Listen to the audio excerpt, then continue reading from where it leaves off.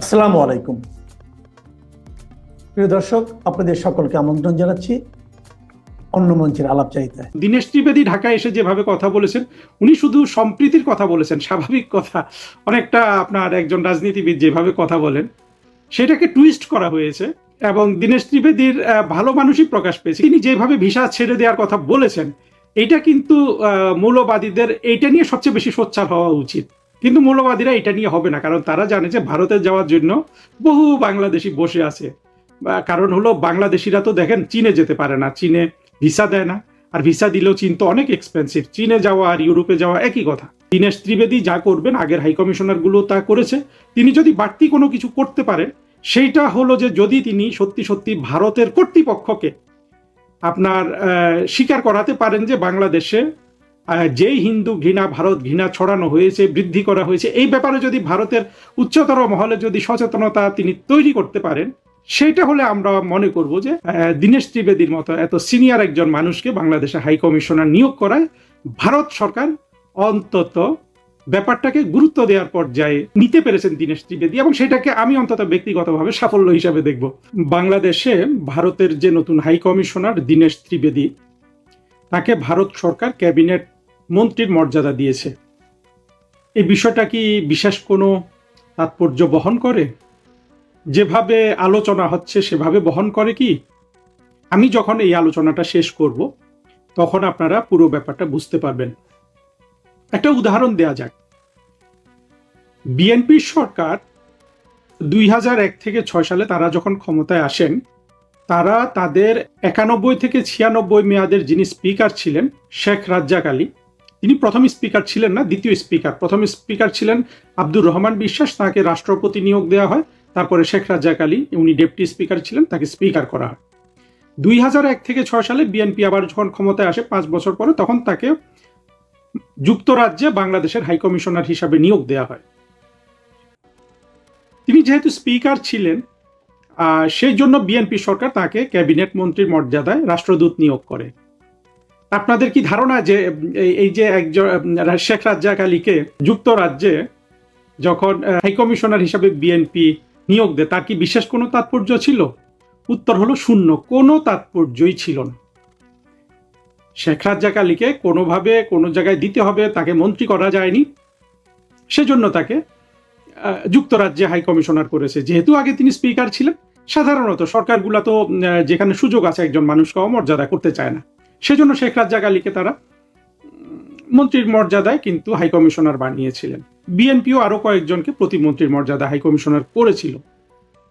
এটা সবচেয়ে বেশি করেছেন প্রধানমন্ত্রী শেখ হাসিনা। তার নিযুক্ত ভারতের 2 জন হাই কমিশনার পরপর, একজন ছিলেন আহমেদ তারেক করিম, আর একজন পরে সৈয়দ মোয়াজ্জেম আলী, তাদেরকে শেখ হাসিনা প্রতিমন্ত্রীর মর্যাদা দিয়েছিলেন, প্রতিমন্ত্রীর পোস্ট দিয়েছিলেন আর কি, সমান বেতন পেত। মার্কিন যুক্তরাষ্ট্রে এরকম অনেকগুলো রাষ্ট্রদূতকে শেখ হাসিনা প্রতিমন্ত্রীর মর্যাদা দিয়েছিলেন।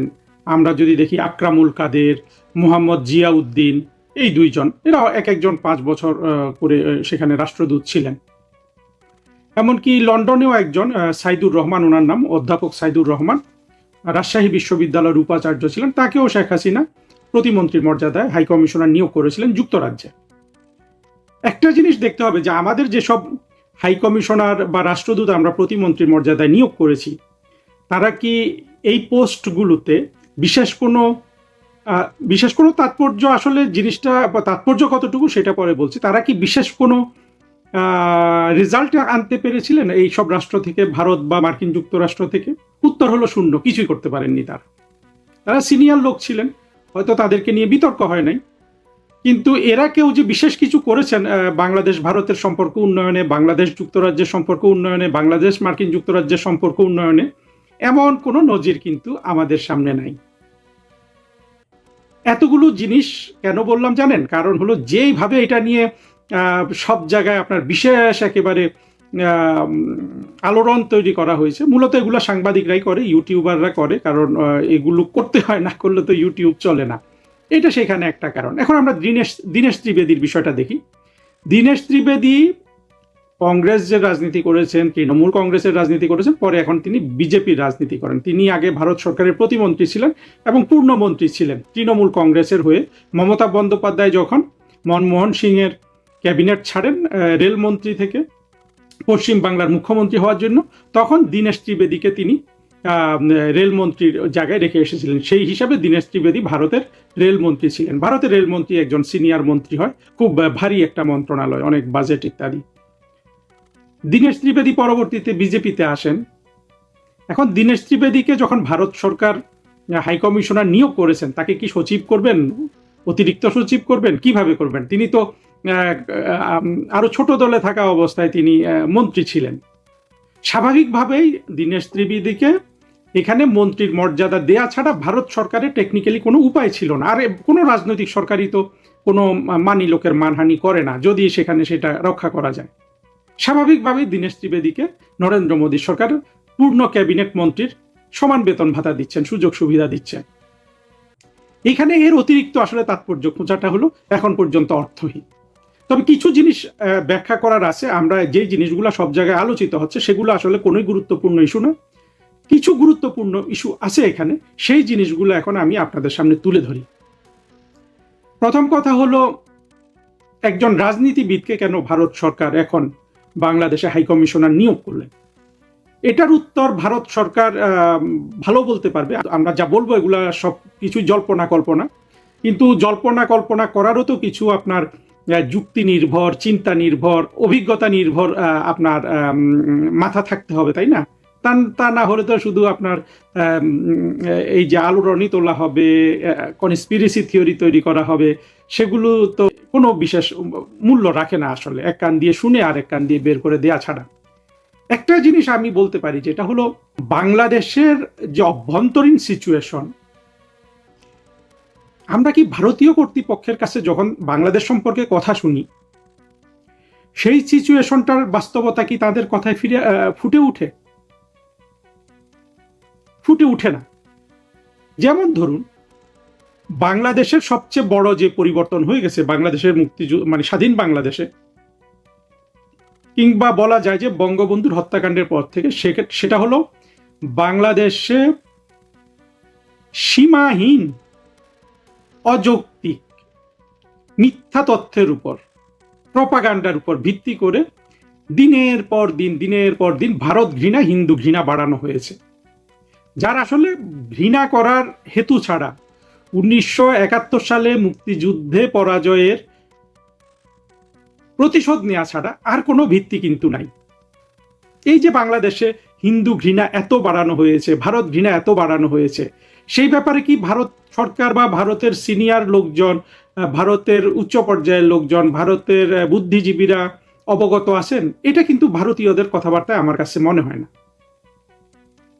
হয় তারা ইচ্ছে করে তথ্যটা গোপন করেন, অথবা তারা এটাকে গুরুত্বপূর্ণ মনে করেন না এগুলা জানা। সেই দিক থেকে আমরা বলতে পারি যে ভারত সরকার যেহেতু একের পর এক আমলাদের রাষ্ট্রদূত হিসাবে নিয়োগ করেছে, এবং আমলারাই সাধারণত কূটনীতিক এবং বিভিন্ন পর্যায়ে দায়িত্ব পালন করে, সেখানে নানান ধরনের লোকজন থাকবে, এটাই স্বাভাবিক। কিন্তু তাদের কি ব্যর্থতা নাই? যদি এটা হয় যে ভারত সরকার বাংলাদেশের সিচুয়েশন কখনো ভালোভাবে ইভ্যালুয়েট করতে পারেনি, সেক্ষেত্রে তো এই দূতাবাসটার ব্যর্থতা আছে। এখন সেই ব্যর্থতাটা কার উপর যায়? ব্যর্থতাটা কিন্তু যায় আপনার হাই কমিশনারের উপর, একের পর এক হাই কমিশনারদের উপর। তারা হলো আপনার প্রতিষ্ঠানটার প্রধান, স্বাভাবিক। এখন তাদের ব্যর্থতা কতটা আছে সেটা নিরূপণ করছি না, যুক্তিতে তাদের ব্যর্থতা যায়। এখন নরেন্দ্র মোদী সরকার যদি এই বিষয়টা মাথায় রেখে একজন রাজনীতিবিদকে, অর্থাৎ একটা কিছু চেঞ্জ করেন, একটা শিফট নিয়ে আসেন যে নিয়োগে, যে এবার রাজনীতিবিদদের দিয়ে থাকি, সেখানে একটা তাৎপর্য থাকলেও থাকতে পারে। তবে আমার কাছে ব্যাপারটা মনে হচ্ছে যে আপনার সঠিক অ্যাসেসমেন্ট করতে হলে যে একজন রাজনীতিবিদ হতে হবে, এমনটা প্রয়োজন আছে বলে আমি মনে করি না। কিন্তু বাস্তবতা হলো যে ভারত সরকার, ভারতের উচ্চতর পক্ষে আমরা বাংলাদেশকে যেভাবে চিত্রায়িত করতে দেখি, সেখানে কিন্তু আমরা বাস্তবতার প্রতিফলনটা দেখি না। আর বাংলাদেশের মৌলবাদীরা যেভাবে ভারত ঘৃণা ছড়ায়, এটাকে ভারতের কর্তৃপক্ষ বা ভারতের লোকজন গুরুত্বপূর্ণ মনে না করতে পারে। মৌলবাদীরা তো চায় যে এটাকে গুরুত্বপূর্ণ মনে করুক, তাদেরকে নিয়ে ভারত একটু আলোচনা হোক। ভারত যে এটা এইসব নিয়ে একেবারে চুপ থাকে, এই জন্যই তো হয়তো মৌলবাদীদের আসলে উস্কে দেওয়া হয়, তারা আরো বেশি করছে জিনিসটা। এখন দীনেশ ত্রিবেদী আসার পরে কি তিনি সঠিক তথ্য দিবেন? আগে কি সঠিক তথ্য দেয়া হয়নি আমরা জানি না, কিন্তু দীনেশ ত্রিবেদী ঢাকায় এসে যেভাবে কথা বলেছেন, উনি শুধু সম্প্রীতির কথা বলেছেন, স্বাভাবিক কথা। অনেকটা আপনার একজন রাজনীতিবিদ যেভাবে কথা বলেন সেটাকে টুইস্ট করা হয়েছে, এবং দীনেশ ত্রিবেদীর ভালো মানুষই প্রকাশ পেয়েছে। কিন্তু অবশ্য তিনি যেহেতু এখানে রাষ্ট্রদূত হিসেবে এসেছেন, তিনি তো সেটা প্রকাশ করবেনও না যদি তিনি সচেতনভাবে এটা এড়িয়ে যান। কিন্তু বাংলাদেশের বাস্তব অবস্থাটা কিন্তু আমরা দীনেশ ত্রিবেদীর প্রথম দিনের বডি ল্যাঙ্গুয়েজে পাই নেই, আজকে একটু পেয়েছি, সেই জায়গাটা একটু আসি। দীনেশ ত্রিবেদী আজকে যেভাবে ভারতের ভিসা উন্মুক্ত করার কথা বললেন, আমার মনে হয় তার ক্যাবিনেট মন্ত্রীর মর্যাদা পাওয়ার চেয়েও আজকে তিনি ভিসা খুলে দেওয়াটা যেই তার যে বডি ল্যাঙ্গুয়েজটা আমার কাছে এইটা মনে হয়েছে যে তিনি একটু আড়ষ্ট, তিনি একটু হাসি খুশি নন। এখন তিনি যেভাবে ভিসা ছেড়ে দেওয়ার কথা বলেছেন, এইটা কিন্তু মৌলবাদীদের এইটা নিয়ে সবচেয়ে বেশি সোচ্চার হওয়া উচিত। কিন্তু মৌলবাদীরা এটা নিয়ে হবে না, কারণ তারা জানে যে ভারতে যাওয়ার জন্য বহু বাংলাদেশি বসে আছে। কারণ হলো বাংলাদেশিরা তো দেখেন চীনে যেতে পারে না, চীনে ভিসা দেয় না, আর ভিসা দিলেও চীন তো অনেক এক্সপেন্সিভ। চীনে যাওয়া আর ইউরোপে যাওয়া একই কথা। যেসব বাংলাদেশির একটু বিদেশ দেখার আপনার ইচ্ছা আছে, ওই রকম টাকা পয়সা নাই, তাদের আসলে ভারত যাওয়া ছাড়া আর কোথায় যাবে তার। আর দ্বিতীয় হলো তো বাংলাদেশের বড় লোকরা তো ভারতে যেতেই চায়, তাদের অনেক ধরনের আকর্ষণ সেখানে আছে। এই যে ব্যাপক মানুষ ভারতে যেতে চায়, এইটা জেনে মৌলবাদীরা আজকে হয়তো কোনো মিছিল করেনি। কিন্তু মানে আমরা যদি মৌলবাদীদের যুক্তিটাও দেখি, তাহলে কিন্তু তাদের মিছিল করা উচিত। এবং তিনি যেভাবে ভারতের ভিসা টুরিস্ট ভিসা উন্মুক্ত করছেন, সেইটাতে তারা তাকে যদি দোষী করতো যে ওই যে একই আকাশ একই বাতাস কিংবা 140 কোটি আর 20 কোটির মিলে যাওয়াকে তারা বলেছিল না যে ব্যাখ্যা দরকার, যে এক করে ফেলার কথা বলেছেন, আজকের অঙ্গভঙ্গিতেও তো সেই একই জিনিস ফুটে উঠেছে। কিন্তু আজকে কিন্তু প্রতিবাদ নাই, জানি না 2-1 দিনের মধ্যে তারা আবার প্রতিবাদ শুরু করতেও পারে। কিন্তু মৌলবাদীরা মনে করে যে ভারত যা দিবে এটা তাদের অধিকার, ভারতকে অপমান করা তাদের অধিকার, বাংলাদেশের হিন্দুদের ঘৃণা করা তাদের অধিকার, এবং হিন্দুদের বাংলাদেশ থেকে তাড়িয়ে দেওয়া এইটাও তাদের জন্য ন্যায্য। বিপরীতে ভারত কিন্তু কোনো কিছু করতে পারবে না। ভারতে মুসলমানদেরকেও ফুলের টোকা দিলেও কিন্তু বাংলাদেশের মৌলবাদীরা ভারত দখল করে ফেলবে, এটা হলো তাদের বক্তব্য।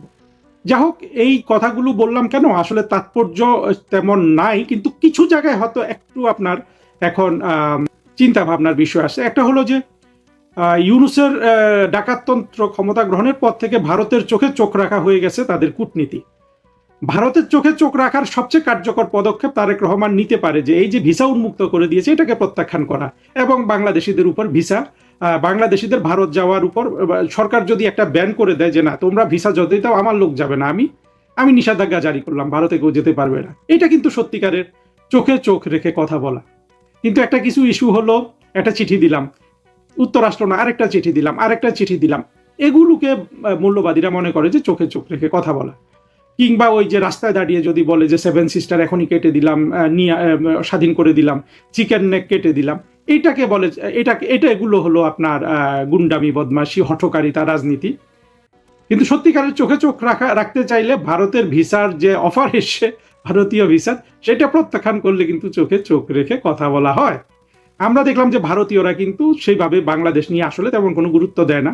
জাহেদ কাণ্ড যেভাবে ঘটে গেল, একদিক থেকে ভারত গুরুত্বও দেয় না, ভারত যে বাংলাদেশ নিয়ে খুব একটা চিন্তা ভাবনা করে সেটাও কিন্তু আমাদের মনে হয় না। তবে এখানে যেটা হচ্ছে যে বারবার ভারতের হাইকমিশনারকে পররাষ্ট্র মন্ত্রণালয়ে তলব করা হচ্ছে, এটা ইউনূসের আমল থেকে। সেইখানে পররাষ্ট্র মন্ত্রণালয়ের কর্মকর্তারা যদি মনে করে যে একজন সিনিয়র, এত বড় সিনিয়র পজিশনের লোক হাইকমিশনার, তাকে এখনই ডাকবো, এইটা একটা মনস্তাত্ত্বিক প্রভাব পড়লেও পড়তে পারে। তবে আমি মনে করি না পড়বে, এইটা চিন্তা করা যেতে পারে আর কি। আমাদের যেসব ভাষ্যকাররা আছে তারা যে অনেক কল্পনা করে বের করেছে, তারা যদি কল্পনাটা ভালো করে করতে পারতো তাহলে এই জায়গায় একটু কল্পনা করার সুযোগ আছে আসলে দীনেশ ত্রিবেদীর মন্ত্রীর মর্যাদা লাভ করার ক্ষেত্রে। একটা জিনিস কি, বরঞ্চ মন্ত্রীর মর্যাদায়, যেমন আমাদের দেশে আমরা যেটা দেখেছি, আমাদের দেশের মন্ত্রীর মর্যাদায় কেউ যদি রাষ্ট্রদূত হয় তখন আবার ফরেন মিনিস্ট্রির সাথে তার একটা টানাপোড়েন সৃষ্টি হয়। কিরকম, ধরেন ফরেন সেক্রেটারি মার্কিন যুক্তরাষ্ট্রে ভিজিট করতে গেল, একটা অফিসিয়াল বৈঠক হবে, এখন রাষ্ট্রদূত তার কোন পাশে বসবে? রাষ্ট্রদূত তো মন্ত্রী, ফরেন সেক্রেটারি তো সেক্রেটারি। এই ওয়ারেন্ট অফ প্রেসিডেন্স নিয়ে ঝামেলা লাগে, একটা মনস্তান্ত্রিক দ্বন্দ্ব অভ্যন্তরীণভাবে তৈরি হয়। এটা অবশ্য ভারতের ক্ষেত্রে হবে না বলেই আমি আশা করি। আর দীনেশ ত্রিবেদী অবশ্যই সরাসরি মোদি সাহেবের সাথে তো নিশ্চয়ই উনি কথা বলতে পারবেন, তবে আমি মনে করি যে কোনো কার্যকর হাই কমিশনারই এটা পারার কথা। এখানে এমন নয় যে ও একজন আমলা হাই কমিশনার থাকলে তিনি ভারতীয় কর্তৃপক্ষের ঊর্ধ্বতন কর্তৃপক্ষের সাথে সেরকম যোগাযোগ করতে পারবেন না, এইটা আমার মনে হয় না। সুতরাং দীনেশ ত্রিবেদীর মন্ত্রীর মর্যাদা পাওয়া এবং সেইভাবে দায়িত্ব চালিয়ে নেয়, এইটাকে আমি মনে করি যে ভারত সরকার একটা সিনিয়র নিয়োগ দিয়েছেন, সিনিয়র মানুষকে, সেইটা অবশ্যই তারা বাংলাদেশের সাথে সম্পর্কটাকে গুরুত্ব দেন বলেই দিয়েছেন। কিন্তু আর দীনেশ ত্রিবেদী যেহেতু আগে থেকে একজন ক্যাবিনেট মন্ত্রী ছিলেন, সেই জন্য তাকে তো আর সচিব করা যায় না, সেজন্যই তাকে ক্যাবিনেট মন্ত্রীর মর্যাদায় তাকে রাষ্ট্রদূত নিয়োগ করেছেন। এই দুইটার বাইরে আমি এটার আসলে বিশেষ কোনো তাৎপর্য দেখি না, আসলে তাৎপর্য প্র্যাকটিক্যালি নাই। দীনেশ ত্রিবেদী যা করবেন, আগের হাই কমিশনারগুলো তা করেছে। তিনি যদি বাড়তি কোনো কিছু করতে পারেন, সেইটা হলো যে যদি তিনি সত্যি সত্যি ভারতের কর্তৃপক্ষকে আপনার স্বীকার করাতে পারেন যে বাংলাদেশে যেই হিন্দু ঘৃণা, ভারত ঘৃণা ছড়ানো হয়েছে, বৃদ্ধি করা হয়েছে, এই ব্যাপারে যদি ভারতের উচ্চতর মহলে যদি সচেতনতা তিনি তৈরি করতে পারেন, সেটা হলে আমরা মনে করব যে দীনেশ ত্রিবেদীর মতো এত সিনিয়র একজন মানুষকে বাংলাদেশে হাই কমিশনার নিয়োগ করায় ভারত সরকার অন্তত ব্যাপারটাকে গুরুত্ব দেওয়ার পর্যায়ে নিতে পেরেছেন দীনেশ ত্রিবেদী, এবং সেটাকে আমি অন্তত ব্যক্তিগতভাবে সাফল্য হিসাবে দেখব। দেখুন, এতক্ষণ যা বললাম তাতে আমাকে মনে হচ্ছে আমি ভারতীয়দের চেয়ে অতি ভারতীয় হয়ে গেছি, এটা অবশ্য অনেকে বলতে পারেন, কিন্তু বিষয়টা কি জানেন? বিষয়টা হলো বাংলাদেশ ভারতের দ্বিপাক্ষিক সম্পর্কে বাংলাদেশের হিন্দু নির্যাতন প্রধান একটা বিষয় হওয়া উচিত। কেন হওয়া উচিত? এটা মানবিকতার দিক থেকেও সত্য, এবং মানবিকতা, সভ্যতা, এই দুটো মুখী যদি আপনি না হন, সম্পর্ক উন্নয়ন যেমন হয় না, আপনার অভ্যন্তরীণ উন্নতি হয় না। বাংলাদেশের অভ্যন্তরীণ উন্নতির সাথে সাথে বাংলাদেশে হিন্দু ঘৃণা, ভারত ঘৃণা বর্জন করা উচিত। আর ভারতের তরফ থেকে এটা আরো সিরিয়াসলি দেখা উচিত, কারণ হিন্দুগুলা তো যায় ভারতে, তাদের অর্থনীতির উপর চাপ পড়ে তাদের, এবং বাংলাদেশ যদি হিন্দু শূন্য হয়ে যায়, সেক্ষেত্রে তো বাংলাদেশ এখন যে পরিমাণ জাহান্নাম হয়ে গেছে তার চেয়ে আরো উত্তপ্ত জাহান্নাম হয়ে যাবে। কারণ হলো তখন এখন হিন্দুদের তাড়াচ্ছে, তখন তারা ভারতের দিকে আমাদের মতো মুসলমানদের তাড়াতে শুরু করবে মৌলবাদীরা। এটা কিন্তু আপনারা মনে রাখবেন, যত বড় ব্যবসায়ী হন, আমলা হন, তারা খেতে হবে মৌলবাদীদের। এখন আপনারা হয়তো মৌলবাদীদের সমর্থক আছেন, কাজেই জিনিসটা একটু ভালো, অনেক গভীর থেকে চিন্তা করার চেষ্টা করবেন। আর আমি আশা করব যে দীনেশ ত্রিবেদী আমি যেটা বলেছি সেই ধরনের কার্যক্রম গ্রহণ করবেন, ভারতের উচ্চতর কর্তৃপক্ষকে বোঝাতে সক্ষম হবেন, এবং বাংলাদেশের হিন্দুদের জন্য যাতে অন্তত বাংলাদেশ একটা মুসলমানদের জন্য যতটুকু আছে সম্মানের, ততটুকু সম্মানের জায়গা হয়, সেই জায়গায় দীনেশ ত্রিবেদী কাজ করবেন বলে আমি আশা প্রকাশ করছি। যদিও অতীতে আমি এই ধরনের কোনো কার্যক্রম ভারতের হাই কমিশনারদের তরফ থেকে দেখিনি, এখন দীনেশ ত্রিবেদী কি করতে পারেন সেটা দেখার জন্য অপেক্ষায় থাকলাম। এখন চাঁদার ভাগে টান পড়েছে বলেই তিনি কদিন পর পর বসুন্ধরার বিরুদ্ধে কথা বলেন। মনে করে দেখেন কি চমক জাগানো ইফতারের আয়োজন করেছিল জাতীয় নাগরিক পার্টি 2025 সালে ইন্টারকন্টিনেন্টালে। শত শত হাজার মানুষকে তারা দাওয়াত দিয়েছিল, এবং সকলেই ইন্টারকন্টিনেন্টালে তখন বিরাট বিলাসবহুল ভোজ খেয়েছিলেন ইফতারে, কিন্তু কোন সূত্রে টাকা এসেছে তা জানা যায়নি। শুধু তাই নয়, তখন রীতিমতো শোনা যাচ্ছিল আসিফ মাহমুদ, সজীব ভুইয়া সহ ইন্টারকন্টিনেন্টালে জাতীয় নাগরিক পার্টির নেতৃবৃন্দের সকলেরই একেবারে নির্ধারিত রুম পর্যন্ত আছে। বাংলাদেশের সংসদ সদস্য হাসনাত আব্দুল্লাহ সকল অনাচার, অন্যায়, দুর্নীতির বিরুদ্ধে তার একটা শক্ত অবস্থান আছে, এবং তিনি কাউকে পরোয়া করেন না, ভয় করেন না, এমন একটা ভাবমূর্তি গড়ে তুলে বেশ সাফল্য পেয়েছেন। 2024-এর জুলাই আগস্টের আন্দোলনের আগে হাসনাত আব্দুল্লাহ, সার্জিস এরা সকলেই ছাত্রলীগ করতেন, এবং তারা ব্যাখ্যা দিয়েছেন যে দারিদ্র্যের কষাঘাতে থাকা এই সাধারণ ছাত্রদের পক্ষে নাকি ছাত্রলীগ না করলে তখন হলে থাকাই অসম্ভব হয়ে পড়তো। এবং এই হাসনাত আব্দুল্লাহ হচ্ছেন সেই হাসনাত আব্দুল্লাহ যিনি একজন সাধারণ ছাত্র কি দারিদ্র্যের মধ্যে থাকে তার উদাহরণ হিসেবে নিজের কথায় ফেসবুকে লিখে জানিয়েছিলেন যে মাত্র 70 টাকায় দিন পার করতে হয় অনেক দিন, এমনকি মাংসের ঝোলটুকু চাইবারও হলের ক্যান্টিন থেকে তার উপায় থাকে না। কাজেই মনে হয় যে আত্মহত্যা করি। এমন দুর্দশাগ্রস্ত হাসনাত আব্দুল্লাহ শেখ হাসিনার পতনের পরপরই প্রাডো ভলভো গাড়ি ছাড়া আর চড়ছিলেনই না, বিভিন্ন জায়গায় তারা আবার গাড়ির দুর্ঘটনা ঘটিয়ে ফেলছিলেন। তখন খালেদ মহিউদ্দিনের সঙ্গে সাক্ষাৎকারে গিয়ে বলেছিলেন তার অ্যাকোয়েন্টেন্স মানে তার সঙ্গী সাথী সবারই নাকি প্রাডো ভলভো গাড়ি আছে, কাজেই ওই রকম দারুণ বিলাসবহুল দুর্দান্ত দামি গাড়ি ছাড়া তিনি যে চড়ছেন না সেটাই খুব স্বাভাবিক। সেই হাসনাত আব্দুল্লাহ দুর্নীতি, অনাচার এবং কে কোথায় কিভাবে টাকা বানিয়ে ফেলছে, অসৎ হয়ে উঠছে, এই নিয়ে সবচেয়ে সোচ্চার। আর সংসদে দাঁড়িয়ে আবার বলছেন 1 টাকা অসততার প্রমাণ দিতে পারলেও নাকি তিনি সংসদ ত্যাগ করবেন। এখন হাসনাত আব্দুল্লাহ গতকাল কি বলেছেন সংসদে সেটা শুনি আগে।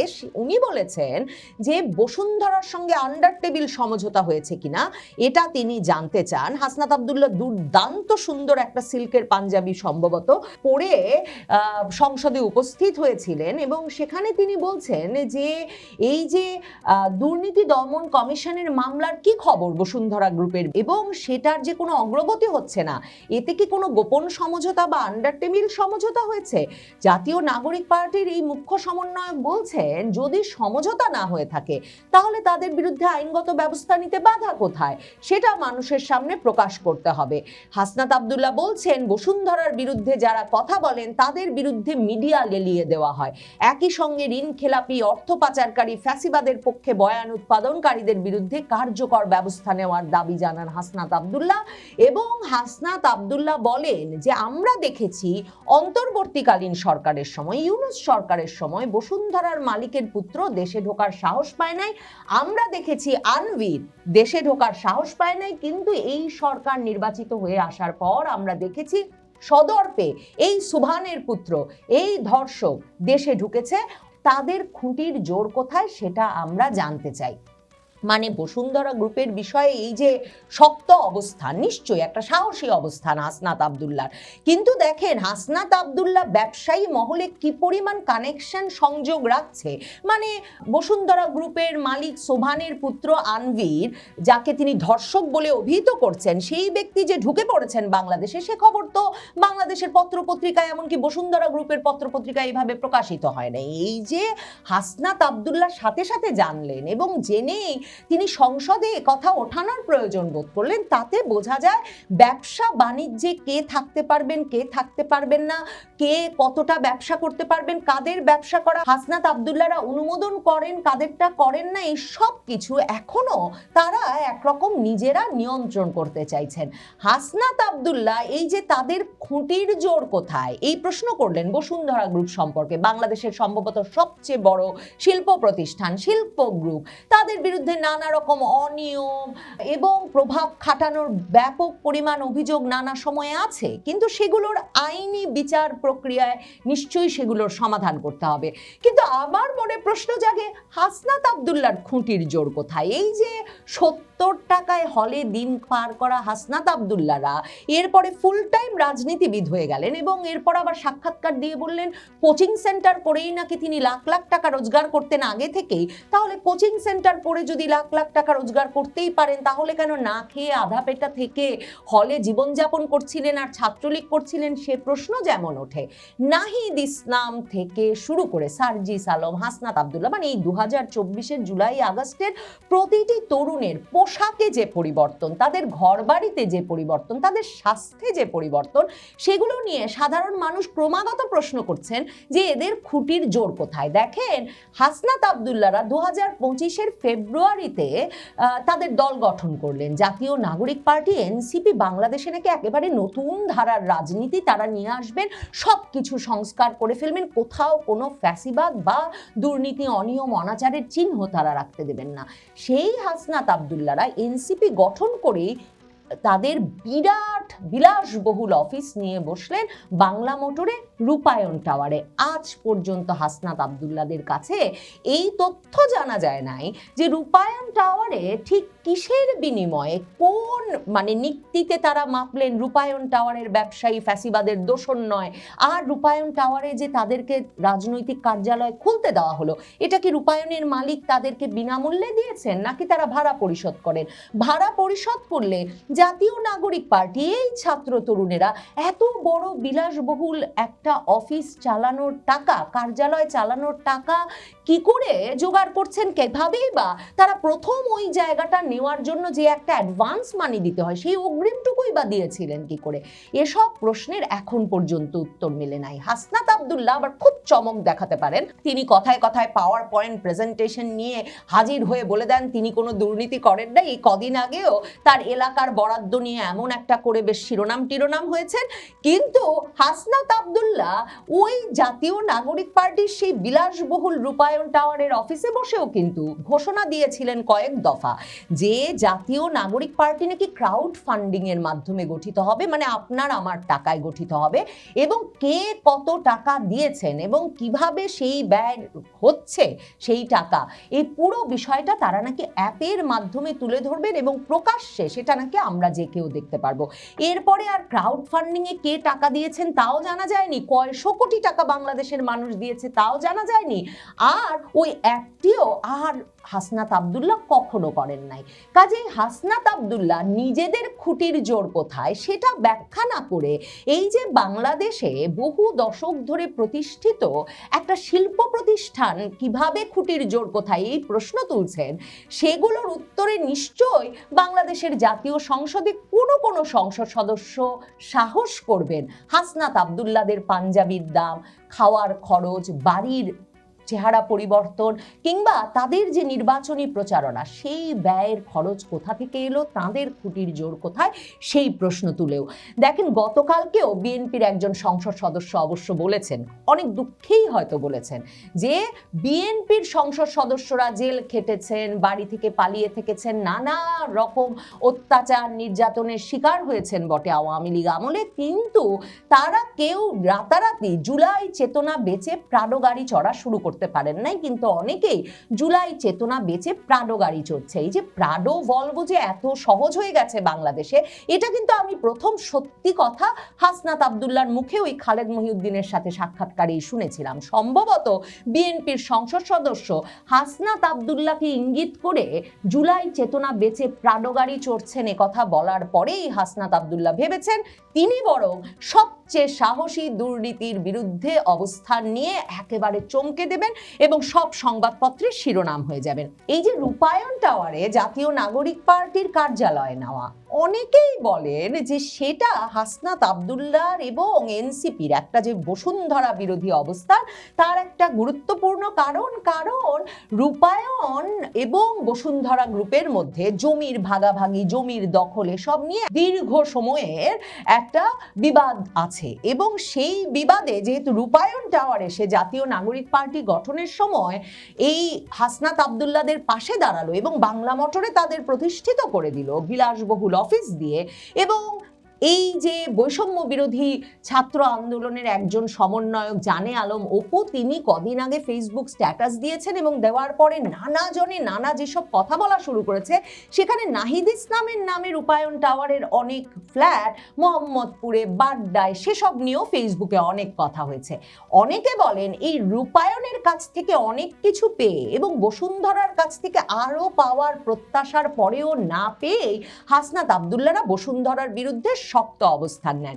কারণ বৈষম্য বিরোধী ছাত্র আন্দোলনের সমন্বয়ক জানে আলম অপু, যাকে কিনা ওই যে আওয়ামী লীগের সংসদ সদস্যের বাসায় দ্বিতীয় দফায় চাঁদা আনতে পাঠানোর পর আসিফ মাহমুদ সজীব ভুইয়া, যিনি ওয়েস্টিনে তখন হাঁস খেতে গিয়েছিলেন, তিনি পুলিশের হাতে ধরিয়ে দিয়েছিলেন, সেই জানে আলম অপু এই কদিন আগে ফেসবুকে স্ট্যাটাস দিয়ে প্রমাণ সহ হাজির করেছেন যে হাসনাত আব্দুল্লাহকে 2025 সালে যে কোনো ইফতার আয়োজনের জন্য বসুন্ধরা শুধু যে তার ভেন্যুগুলো ফ্রি করে দিয়েছিল তাই নয়। জানে আলম অপু বলছেন তখন হাসনাত আব্দুল্লাহর উদ্যোগে এবং পরামর্শে বৈষম্য বিরোধী ছাত্র আন্দোলনের প্রাইভেট ইউনিভার্সিটির ইফতার সহ বেশিরভাগ ইফতার কোটি কোটি টাকার খাবারে আয়োজিত হয় এই বসুন্ধরা গ্রুপের বদান্যতাতেই। এবং জানে আলম অপু কাগজ দেখিয়ে বলছেন যে তখন হাসনাত আব্দুল্লাহর বসুন্ধরার ইফতারের মাধ্যমে বিলাসবহুল সব ইফতার আয়োজনে কোনো আপত্তি হয় নাই, এখন চাঁদার ভাগে টান পড়েছে বলেই তিনি কদিন পর পর বসুন্ধরার বিরুদ্ধে কথা বলেন। মনে করে দেখেন কি চমক জাগানো ইফতারের আয়োজন করেছিল জাতীয় নাগরিক পার্টি 2025 সালে ইন্টারকন্টিনেন্টালে। শত শত হাজার মানুষকে তারা দাওয়াত দিয়েছিল এবং সকলেই ইন্টারকন্টিনেন্টালে তখন বিরাট বিলাসবহুল ভোজ খেয়েছিলেন ইফতারে, কিন্তু কোন সূত্রে টাকা এসেছে তা জানা যায়নি। শুধু তাই নয়, তখন রীতিমতো শোনা যাচ্ছিল আসিফ মাহমুদ, সজীব ভুইয়া সহ ইন্টারকন্টিনেন্টালে জাতীয় নাগরিক পার্টির নেতৃবৃন্দের সকলেরই একেবারে নির্ধারিত রুম পর্যন্ত আছে। এসব টাকা কোথা থেকে এলো, এসব খুঁটির জোর কোথা থেকে এলো, এই কোনো কিছুই না জানিয়ে হাসনাত আব্দুল্লাদের রক ফুলিয়ে ফুলিয়ে হঠাৎ করে এর দুর্নীতি ওর দুর্নীতি নিয়ে কথা বলাটা যে খুব হাস্যকর শোনায়, সেটা নিশ্চয়ই হাসনাত আব্দুল্লাহকে কেউ না কেউ স্মরণ করিয়ে দেবেন। ভুলে গেলে তো চলে না, যেই ব্যক্তি বশির সাহেবকে বাণিজ্য উপদেষ্টা বানিয়েছিল হাসনাত আব্দুল্লাহরা এই ইউনূস সরকারের আমলে, সেই ব্যক্তির নাম রীতিমতো তার ভাইদের সহ আকিজ বশির গ্রুপ থেকে 2024-এর জুলাই আগস্টের হত্যা মামলায় পর্যন্ত ছিল। কাজেই কে কত চাঁদা দিতে পেরেছেন, কে কত টাকা দিয়ে এবং দিতে থেকে এই হাসনাত আব্দুল্লাদের মুখ বন্ধ রেখে ব্যবসা চালিয়ে যেতে পারছেন, এই প্রতিযোগিতা আর এই চাপ চলছে বাংলাদেশের ব্যবসায়ীদের ওপর সেই শেখ হাসিনা সরকার পতনের পর থেকেই। এর মধ্যে তো অনেক ব্যবসায়ী ব্যবসা গুটিয়েছেন, অনেক ব্যবসায়ীর কারখানা পুড়েছে, অনেককে নিজেদের দেউলিয়া ঘোষণা করে দিতে হয়েছে। তবে তার মধ্যে যারা টিকে আছেন তারাও এসব চাপ আর কতদিন সইতে পারবেন, আর কতদিন হাসনাত আব্দুল্লাদের এই দুর্নীতি খোঁজার রাজত্ব চলবে তা বলা মুশকিল।